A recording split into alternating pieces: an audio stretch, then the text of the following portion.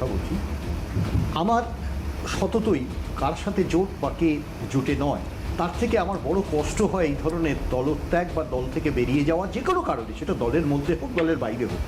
এখন প্রশ্নটা হচ্ছে সেই দলটা বোঝে। আমরা এর ভুক্তভোগী, আমরা জানি 98 সালে সীতারাম কেশরি হাতটা পাকড়ে বলেছিলেন পেটি মত ছোড়ো। সেই ভদ্রমহিলা বেরিয়ে গেছেন, আজকে মমতাদি হয়েছেন, মুখ্যমন্ত্রী হয়েছেন। এই একটা ঘরানা থাকে, প্রতিকূল তো সেই সিস্টেমে। শুধু প্রতিকূল, কথা বলি, আমি দুজনকেই খুব ব্যক্তিগতভাবে স্নেহ করি। প্রতিকূলের সাথে আমি মিটিং করেছি বেশ কয়েকটা, যখন জোটের রাজনীতি ছিল ধূপগুড়িতে একসাথে থেকেছি। আমার খুব কমিটেড মনে হয়েছে, বারবার প্রতিকূলকে আমার মনে হয়েছে very committed soul for communism. আমি দীর্ঘ সময় থেকে বলছি, আমি ওকে এনকারেজও করেছি বহুবার, এটা তার দল। কিন্তু আজকে ঘটনার পরিপ্রেক্ষিতে আমি দুঃখ পেয়েছি, আমি এটুকু বলতে পারি, এর বাইরে বলাটা ঠিক হবে না, তাদের দল তারা বুঝবেন।